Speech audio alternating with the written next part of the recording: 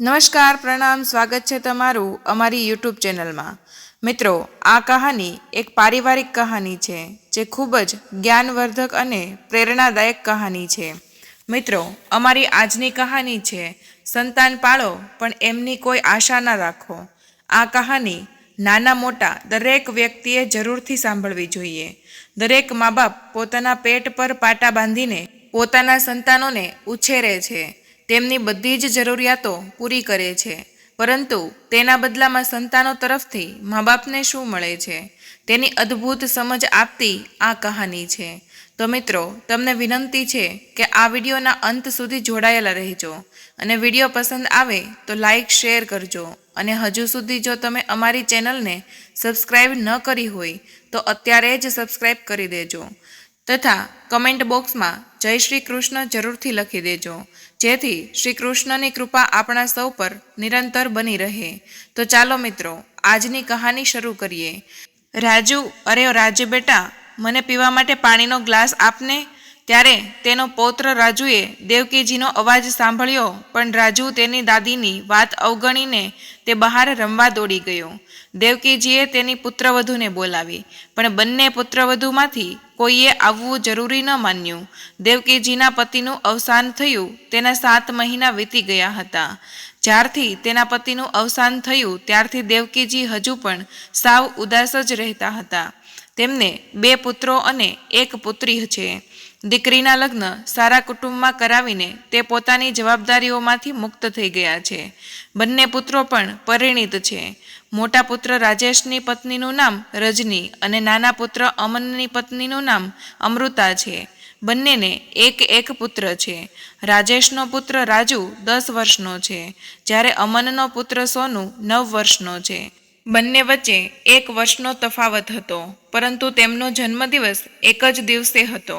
ઘરમાં તમામ વ્યક્તિ પોતાની સંભાળ જાતે રાખી શકે તેમ હતા, પરંતુ જો ઘરમાં કોઈને કોઈ મુશ્કેલી આવતી તો તે તમામ મુશ્કેલીમાંથી બહાર કેવી રીતે નીકળી શકાય તે દેવકીજી સારી રીતે જાણતા હતા। તેથી જ કોઈ પણ મુશ્કેલીમાં હોય તો તેમના દીકરાઓ દેવકીજીને જણાવતા હતા। તેમની શરીરની શક્તિ અને તેમના હાડકાનું જોર તેમની ઉંમરની સાથે ઘટતું જતું હતું। એક દિવસ દેવકીજી પોતાના ઘરના આંગણાના ખાટલા પર બેઠા હતા અને ખૂબ જ ઉદાસી અનુભવી રહ્યા હતા। તે લાચારી એક નિયમ છે કે નવી પેઢીના શરીરની તાકાત જેમ જેમ વધે તેમ તેમ જૂની પેઢીની તાકાત નિર્બળ અને લાચાર બની જાય છે, પરંતુ નવી અને જૂની પેઢીમાં ફરક છે। એવું ક્યાં સુધી ચાલશે કે ન તો બાળકો તેમની એકલતા જોશે કે ન તો તેના આંખોના આંસુ જોશે।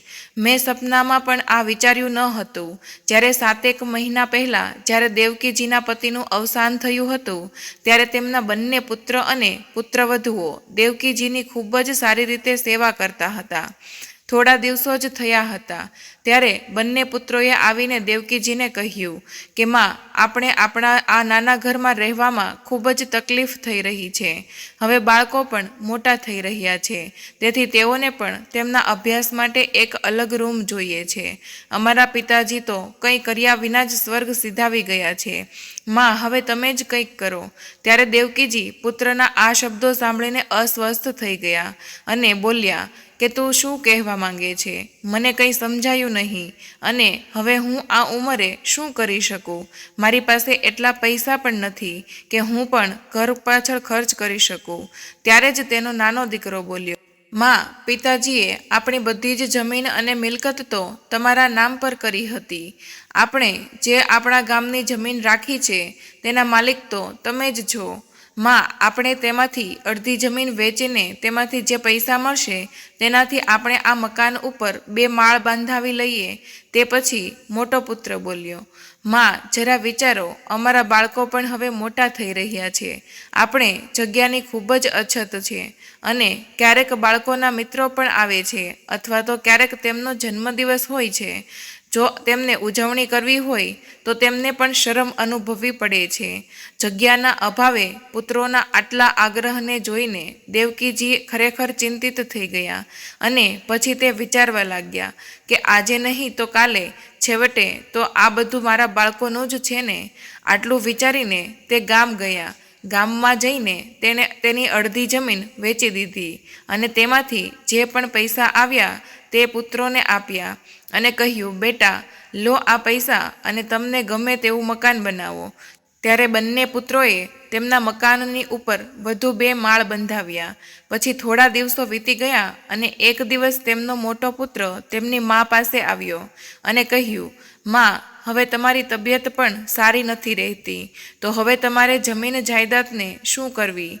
હવે વૃદ્ધાવસ્થામાં તમારે આ જવાબદારીઓ સંભાળવાની શી જરૂર છે?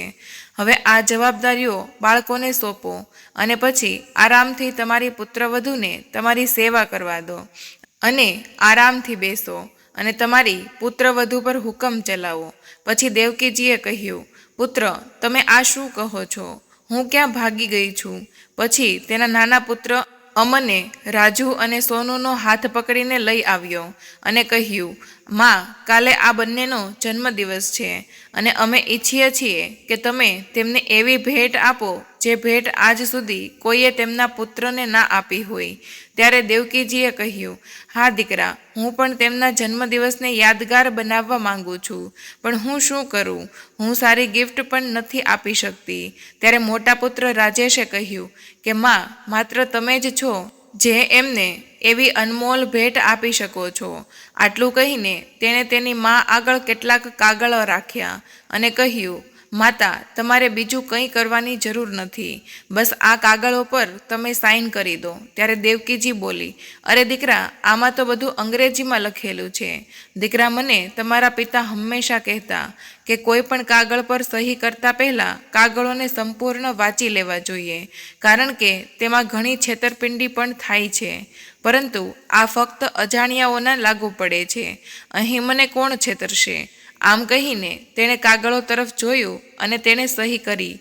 પરંતુ તરત જ તેના મનમાં એક વિચાર આવ્યો કે આ કાગળો શેના છે?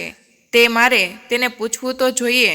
અને જ્યારે તેણે તેના દીકરાને પૂછ્યું ત્યારે તેના મોટા પુત્રએ હસીને કહ્યું કે માં, તેના પર એવું લખેલું છે કે તમે આપણા ગામની આપણી જે જમીન છે તે તમે અમારા નામ પર કરી રહ્યા છો. આ સાંભળીને દેવકીજીને આંચકો લાગ્યો કે તેના બંને પુત્રોએ કેટલી ચતુરાઈથી તેને કાગળો પર સહી કરાવી લીધી.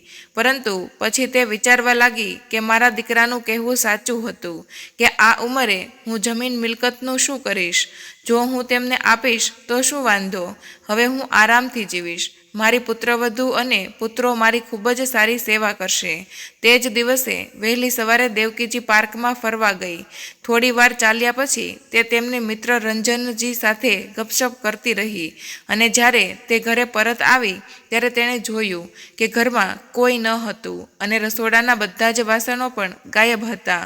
તે થોડીવાર માટે ગભરાઈ ગઈ અને બાળકોને બોલાવ્યા. પછી મોટી વહુએ ઉપરથી બૂમ પાડી, શું થયું માજી? આટલી બૂમો કેમ પાડો છો? હવે અમે બધો સામાન લઈને ઉપર રહેવા આવ્યા છીએ. ઠીક છે, વહુ અત્યારે કામમાં વ્યસ્ત હશે તો હું પણ ઉપર જઈને તેને મદદ કરાવું. એવું વિચારીને તરત જ દેવકીજી ઉપર પહોંચ્યા અને તેમની રૂમના પહેલું પગલું ભર્યું તો તેની મોટી વહુએ ખૂબ જ જોરથી બૂમ પાડી, તમે જોઈ શકતા નથી? હમણાં જ મેં પોતા મારીને સાફ સફાઈ કરી છે ને તમે આખી રૂમ ગંદી કરી નાખી.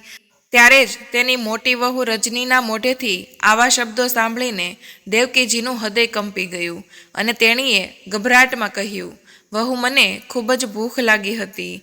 જો તમે મારા માટે નાસ્તો બનાવ્યો હોય તો મને આપો.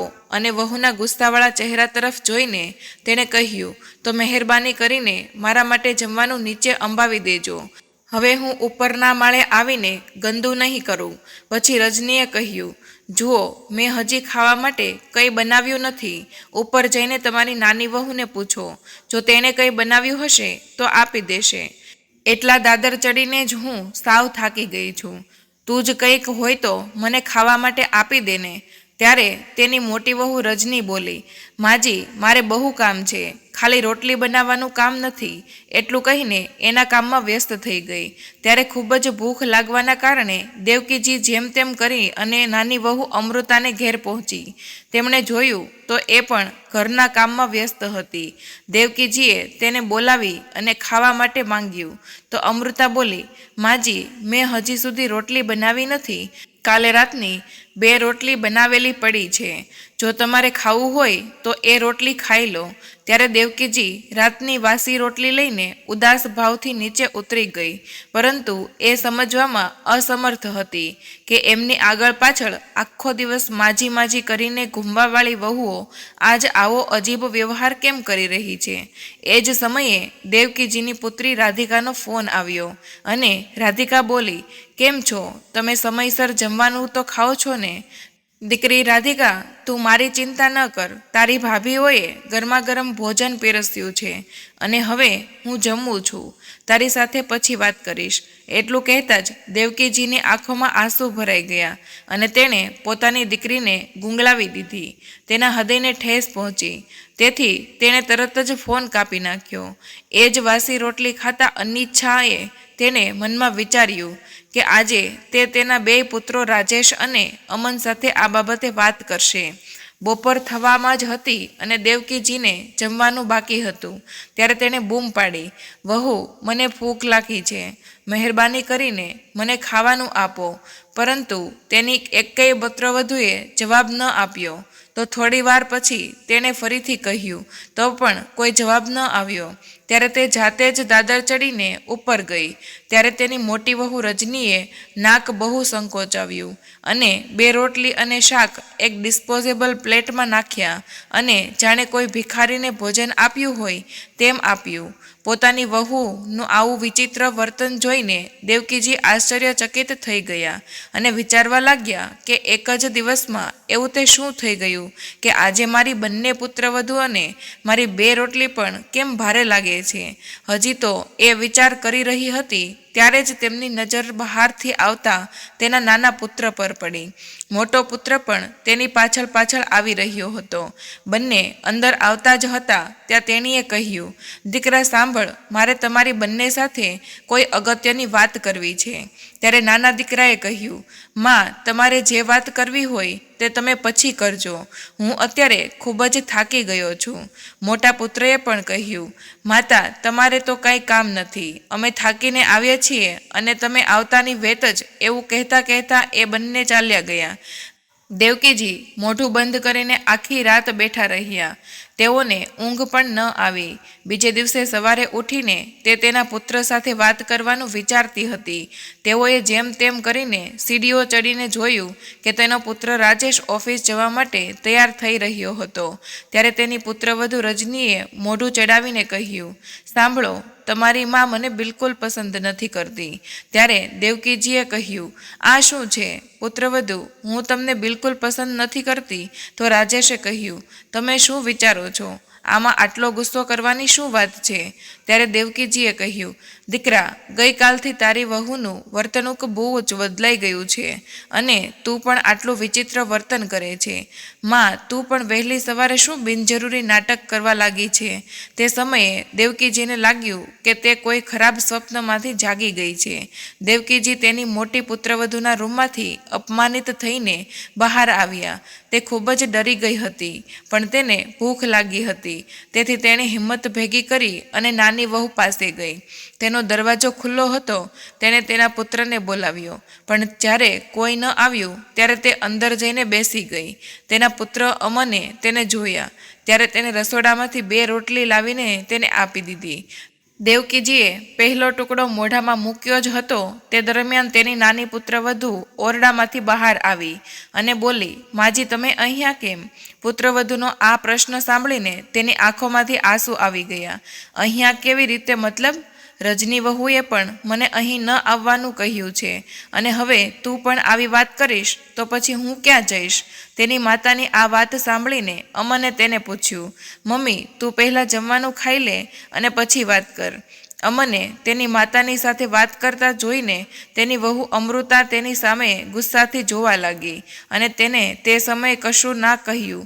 બીજા દિવસે જ્યારે તેણે તેના મોટા દીકરા રાજેશને દવા લાવવા કહ્યું ત્યારે તેની મોટી વહુ રજનીએ સ્પષ્ટ જવાબ આપ્યો કે જો અમે અમારા ખર્ચા જેમ તેમ કરીને પહોંચી શકીએ છીએ તો પછી અમે તમારો ખર્ચ કેવી રીતે પૂરો કરીશું?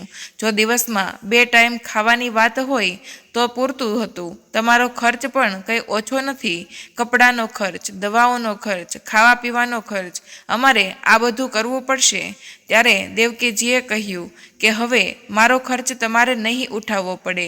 હવે તો દેવકીજીએ મોટી વહુ પાસેથી ખાવાનું માંગવાનું પણ બંધ કરી દીધું હતું. હવે 3 ટાઈમ ભોજન નાની વહુના ઘરેથી જ લેવું પડતું હતું. થોડા દિવસો આવું ચાલ્યું. એક દિવસ દેવકીજી પોતાની નાની વહુના ઘરે જમવા માટે ગયા. ત્યારે તેને નાની વહુ અમૃતાનો અવાજ સાંભળ્યો. તે તેના પતિ અમનની સાથે ઝઘડો કરી રહી હતી. તે અમનને કહી રહી હતી કે મોટા ભાઈ અને મોટા ભાભી પાસેથી કંઈક શીખો. તેઓએ તો પોતાની જવાબદારી કાઢીને તમારા પર ઢોળી દીધી છે. તમારી માને આપણા પૈસા ખર્ચ કરવા સિવાય બીજું કંઈ કામ નથી. ત્યારે અમન બોલ્યો, તારી વાત તો સાચી છે અમૃતા. જ્યારે મોટો ભાઈ પોતાની જવાબદારી નિભાવતા નથી તો પછી આપણે માતાનું બધું જ શા માટે સહન કરવું? હું મોટા ભાઈ સાથે વાત કરીશ અને તેને વૃદ્ધાશ્રમમાં મોકલવાની વ્યવસ્થા કરીશ. બિચારી દેવકીજી આ સાંભળીને હેરાન રહી ગઈ અને એ આવી વાતો સાંભળીને ત્યાંથી જ નીચે આવી ગઈ. હવે તેના પુત્ર અને પુત્રવધુ પાસે ફરી જવાની તેમની હિંમત ન હતી.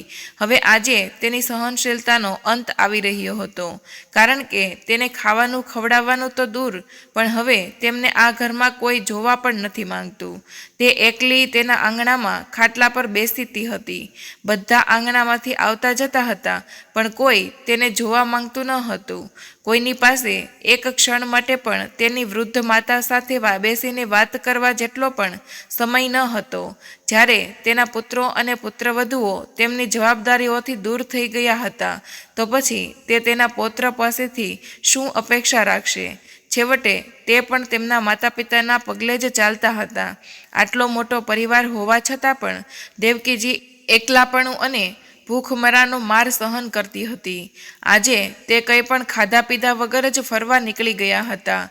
તેની મિત્ર રંજનને લાગ્યું કે તે એકદમ મૌન છે. થોડીવાર તેને વિચાર્યું કે તે પોતે જ કહેશે, પણ દેવકીજીએ એ કશું ન કહ્યું. ત્યારે રંજને તેની સમસ્યાનું કારણ પૂછ્યું તો દેવકીજીએ આંસુ ભરેલી આંખે કહ્યું, રંજન, તને હું શું કહું? જ્યારે મેં દીકરીને જન્મ આપ્યો ત્યારે અમને બધાને લાગ્યું હતું કે કોઈ અમારા માથા પર કદાચ મોટો બોજ નાખ્યો હશે, કારણ કે અમારે તેના માટે દહેજ ઉમેરવું પડશે, ભણાવવી પડશે અને લગ્ન કરીને બીજાના ઘરે મોકલવી પડશે. પરંતુ જ્યારે મારા 2 પુત્રો એક પછી એક જન્મ્યા ત્યારે મને તે ખુશી સમાતી ન હતી. તેમના પિતાજીને પણ સારી નોકરી મળી ગઈ હતી. તો અમને એવું લાગ્યું કે કદાચ આ અમારા ભૂતકાળના કર્મોનું પરિણામ છે. અમે આગલા જન્મમાં મોતી દાનમાં આપ્યા હશે, જેથી આ જન્મમાં એમની કૃપા વરસી રહી છે. અને મને એવું લાગ્યું કે મેં તો ગંગામાં સ્નાન કર્યું છે. હું તો મારા પુત્રો સાથે આરામથી મારી વૃદ્ધાવસ્થા કપાઈ જશે અને મારા પુત્રો મારા ગળપણની લાકડી બનશે. મેં મારી આખી જિંદગી આ સુખી પરિવારમાં વિતાવી છે અને હંમેશા એવું જ વિચારતી કે આજે આપણે બાળકો પાછળ જે કંઈ ખર્ચે રહ્યા છીએ તે બધું જ વ્યાજ સાથે વૃદ્ધાવસ્થામાં આપણને પાછું મળશે.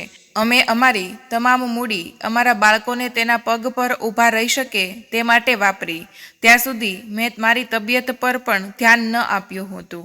હવે મારા પતિ મને છોડીને ચાલ્યા ગયા છે અને મારી તબિયત પણ મને છોડવા લાગી છે અને મારે 2 પુત્રો છે જે મારી દવાઓનો ખર્ચ ઉઠાવવાનું તો દૂર, તેઓ તેને 2 ટાઈમ ભોજન પણ ખવડાવી શકતા નથી. રંજનને આ બધી વાત કરતાં કરતાં દેવકીજીની આંખોમાંથી આંસુ આવી ગયા. તેનું ગળું સુકાઈ ગયું. રંજને તેને થોડું પાણી પીવડાવ્યું અને એમને સાંત્વના આપી અને કહ્યું કે બધું જ સારું થઈ જશે. પછી દેવકીજીએ કહ્યું, રંજન, મને ખબર નથી પડતી કે આ ઉંમરે હજી મારે બીજું શું જોવાનું બાકી રહ્યું છે. ભૂખથી પીડાઈને પણ હું આજ સુધી મરી નથી. આટલું કહીને દેવકીજી જોર જોરથી રડવા લાગી અને જમીન પર બેસી ગઈ. રંજને તેને આત્મવિશ્વાસ આપી અને તેને ઊભા કરીને આજુબાજુમાં ખુરશી પર બેસાડી અને કહ્યું, જુઓ દેવકીજી, તમે આવી રીતે હાર સ્વીકારી લેશો તો કોણ જાણે કે તમારા બાળકો તમારી સાથે શું શું કરશે. પરંતુ જો તમે હિંમત બતાવો અને ખોટા સામે અવાજ ઉઠાવો જેથી તમે તમારું બાકીનું જીવન ખૂબ સારી રીતે પસાર કરી શકો. તેમના મિત્ર રંજનની આ વાત સાંભળીને દેવકીજી કંઈક વિચારવા લાગ્યા. ત્યારે રંજને કહ્યું, હવે આવો મારી સાથે. તે દેવકીજીને તેની સાથે તેના ઘરે લઈ ગઈ, જ્યાં તેમણે દેવકીજીને પૌષ્ટિક ખોરાક ખવડાવ્યો. પછી દેવકીજી ઘરે પાછા ફર્યા. પછી દેવકીજી થોડીક વાર વિચારવા બેસી ગયા. સાંજ થઈ ગઈ હતી, પરંતુ દેવકીજીને જમવાનું પણ મળ્યું ન હતું. પછી તેણીએ હિંમત એકઠી કરી અને નજીકની કરિયાણાની દુકાનમાં ગઈ અને તેમની પાસે પડેલા થોડા પૈસામાંથી બ્રેડ ખરીદી. અને તે દિવસે સાંજે જ્યારે તેની પુત્રી રાધિકા તેના પતિ સાથે તેને મળવા આવી ત્યારે દેવકીજી બ્રેડ ખાઈ રહી હતી. દેવકીજીએ તેની પુત્રીને જોતાં જ એ બ્રેડનું પેકેટ સંતાડીને કહ્યું, અરે દીકરી, તું ક્યારે આવી? તે મને આવવાનું કહ્યું પણ નહીં. ત્યારે રાધિકા બોલી, માં, જ્યારે મેં તને ફોન કર્યો હતો ત્યારે જ મને ખબર પડી કે કંઈક બરાબર નથી, એટલે હું તને મળવા આવી ગઈ. શું વાત છે તે મને સ્પષ્ટ કહો. દીકરી, મેં તને કહ્યું હતું કે બધું જ બરાબર છે. એટલે રાધિકાએ કહ્યું, તને કોઈ વાતની ચિંતા તો નથી ને? ત્યારે દેવકીજીએ દૂર જોતા દરવાજામાંથી અચાનક જ રંજનનો અવાજ આવ્યો. તું ઠીક છે ને દેવકી? રાધિકાની દીકરી, તું આવી છે તે સારું છે. તારી માતાના દિવસો કેવી રીતે પસાર થાય છે? રંજને રાધિકાને આખી વાત કરીને સંભળાવી. તેની વાત સાંભળીને રાધિકા સ્તબ્ધ થઈ ગઈ. તેને વિશ્વાસ જ ન આવ્યો કે તેમની માતાનું દરેક પળે ખ્યાલ રાખનાર તેઓનો ભાઈ અચાનક જ આટલો બધો લોભી કેવી રીતે થઈ ગયો. આ બધું સાંભળતા જ દેવકીજીના જમાઈ કહેવા લાગ્યા, મારો એક ખૂબ જ સારો મિત્ર વકીલ છે. કૃપા કરીને તમે તમારી મિલકતના કાગળો ઉપાડો અને અમારી સાથે આવો. દેવકીજીના ઇનકાર પછી પણ તે બંને રાજી ન થયા અને તેને પોતાની સાથે વકીલ પાસે લઈ ગયા અને તમામ પરિસ્થિતિ જણાવી. વકીલે બધા જ કાગળો જોયા અને કહ્યું, અરે, આ તો શું થયું? મને કહો કે આ કાગળ શેના છે? જ્યારે દેવકીજીએ કહ્યું કે આ અમારા ઘર અને જમીનના કાગળો છે, તો વકીલે હસતા હસતા કહ્યું, જો આવું હોય તો તમે તમારા પુત્ર અને પુત્રવધૂને તમારી આંગળીઓ પર નચાવી શકો છો. પછી વકીલની સલાહ પર દેવકીજીએ તે કાગળોની કાર્યવાહી શરૂ કરી. થોડા જ સમય પછી દેવકીજી ઘરે પાછા ફર્યા. થોડા જ સમયમાં તેના બંને પુત્રો પણ ઘરે આવી ગયા હતા અને કહ્યું, માં, હવે અમારાથી સહન નથી થતું. હવે તમારો બોજ અમે નહીં ઉપાડી શકીએ, તેથી અમે તમારા માટે વૃદ્ધાવસ્થામાં વ્યવસ્થા કરી છે. આ સાંભળીને દેવકીજી આશ્ચર્યચકિત થઈને તેમની સામે જોવા લાગ્યા. ત્યારે તેમના દીકરાએ કહ્યું, માતા, ચિંતા ના કરશો. તમને ત્યાં કોઈ પણ કમીનો સામનો નહીં કરવો પડશે. ત્યાં તમને દરેક પ્રકારની વસ્તુ આસાનીથી મળી રહેશે. હજુ તો આ વાત ચાલતી હતી ત્યારે રાધિકા અને તેનો પતિ વકીલ સાથે તેમની સમક્ષ હાજર થયા. વકીલની સાથે એ બંનેને જોઈને બંને પુત્રો અને વહુઓ ના આશ્ચર્યની કોઈ સીમા ન રહી. મોટા પુત્રએ કહ્યું, આ બધું શું નાટક છે? તમે લોકો ફરી વકીલ સાથે આવ્યા છો? મોટા દીકરાએ કહ્યું કે ઠીક છે, હવે મને સમજાયું કે તમારી દીકરીને પણ અમારી માતાની મિલકતમાં તમારો હિસ્સો જોઈએ છે, તેથી જ તમે વકીલને પણ સાથે લાવ્યા છો. પણ એક વાતનું ધ્યાનથી સાંભળી લેજો, આ મિલકત અમારા બંને ભાઈઓની છે, તેમાં તમારો કોઈ જ અધિકાર નથી. આ સાંભળીને રાધિકા અને તેના પતિને ખૂબ જ ગુસ્સો આવ્યો અને પછી રાધિકાએ કહ્યું, મારે એક પણ પૈસો જોઈતો નથી મારી માતાની મિલકતમાંથી. હું માત્ર એટલું જ ઈચ્છું છું કે મારી માતા આ વૃદ્ધાવસ્થામાં તેમનું જીવન સુખેથી વિતાવે. અરે, હું તો માને મારી સાથે લઈ જવા માંગતી હતી, પણ માતાએ પોતે જ એવું કહીને ના પાડી દીધી કે તેને જીવનના અંતિમ દિવસો આ ઘરમાં વિતાવવા માંગે છે, બાપુજીની યાદો સાથે. ત્યારબાદ દેવકીજીએ તેના ચહેરા પર ગુસ્સાના ભાવ સાથે કહ્યું, હું અને તારા પિતા અમારી દીકરી કરતાં વધુ પુત્રોને પ્રેમ કરતા હતા, એવું વિચારીને કે પુત્રીઓ તો પરાઈ હોય છે અને ખાલી મારા પુત્રો જ વૃદ્ધાવસ્થામાં મારો સાથ નિભાવશે. પણ આજે હું સમજી રહી છું કે અમે કેટલી બધી મોટી ભૂલ કરી હતી. તમે લોકોએ તો મારી પાસે કંઈ જ છોડ્યું ન હતું. જ્યાં સુધી મિલકત મારા નામે હતી ત્યાં સુધી તમે મારી પાછળ પાછળ દોડતા હતા, અને હવે જ્યારે તમારી ફરજ નિભાવવાની વાત આવી ત્યારે તમે બધા જ પાછા ખસી ગયા. તમને બધાને મારા પૈસા અને જમીન જોઈતી હતી, પણ આ વૃદ્ધ માતાનું શું? આ ઘર હજી મારા પતિનું છે, જેના પર મારો પહેલો અધિકાર છે. તો મોટા દીકરાએ કહ્યું કે તેનો કોઈ અધિકાર નથી. પિતાએ વસિયતનામું કરતી વખતે આ ઘર અમારા નામે કરી દીધું હતું. ત્યારે જ વકીલે કહ્યું, તમે સાચા છો, પરંતુ આ કરતાં પહેલાં તમારા પિતાએ આ મકાન અને જમીન તેમની પત્ની દેવકીજીના નામે ટ્રાન્સફર કરી દીધી હતી અને એ પણ લખી દીધું હતું કે તેઓ આ દરમિયાન તમામ મિલકતના માલિક રહેશે. અને સાથે એ પણ લખ્યું હતું કે જ્યાં સુધી મારી પત્ની જીવિત હશે ત્યાં સુધી તમામ મિલકત પર તેમનો અધિકાર રહેશે. તેમણે એવું વિચાર્યું હતું કે તમે તમારી માતા સાથે ઘણા ખરાબ કામ કરી શકો છો. તેથી જ તેણે તેની પત્નીની સુરક્ષા માટે તેના મૃત્યુ પહેલાં તેનું વસિયતનામું બદલ્યું હતું. તેના મૃત્યુની તારીખના 1 અઠવાડિયા પહેલાં જ વસિયતનામામાં ફેરફાર કરવામાં આવ્યો હતો, જેનો તમે ઉલ્લેખ કર્યો છે. આજ સુધી આ ઘર અને તમારા પિતાના ગામની જમીન દેવકીજીની છે. તે ઈચ્છે તે રીતે તેનો ઉપયોગ કરી શકે છે. તેમને કોઈ કશું કહી શકે તેમ નથી. આ સાંભળીને જાણે બંને પુત્રના હોશ ઉડી ગયા હોય તેવું લાગતું હતું. તેઓ ક્યારેય વકીલ તરફ જોતા હતા તો ક્યારેક પોતાની મા તરફ જોતા હતા. આ ઘટના પછી આજ સુધી બધું સહન કરનારી દેવકીજી હવે શાંતિથી જીવતી સાદી સ્ત્રી નથી રહી.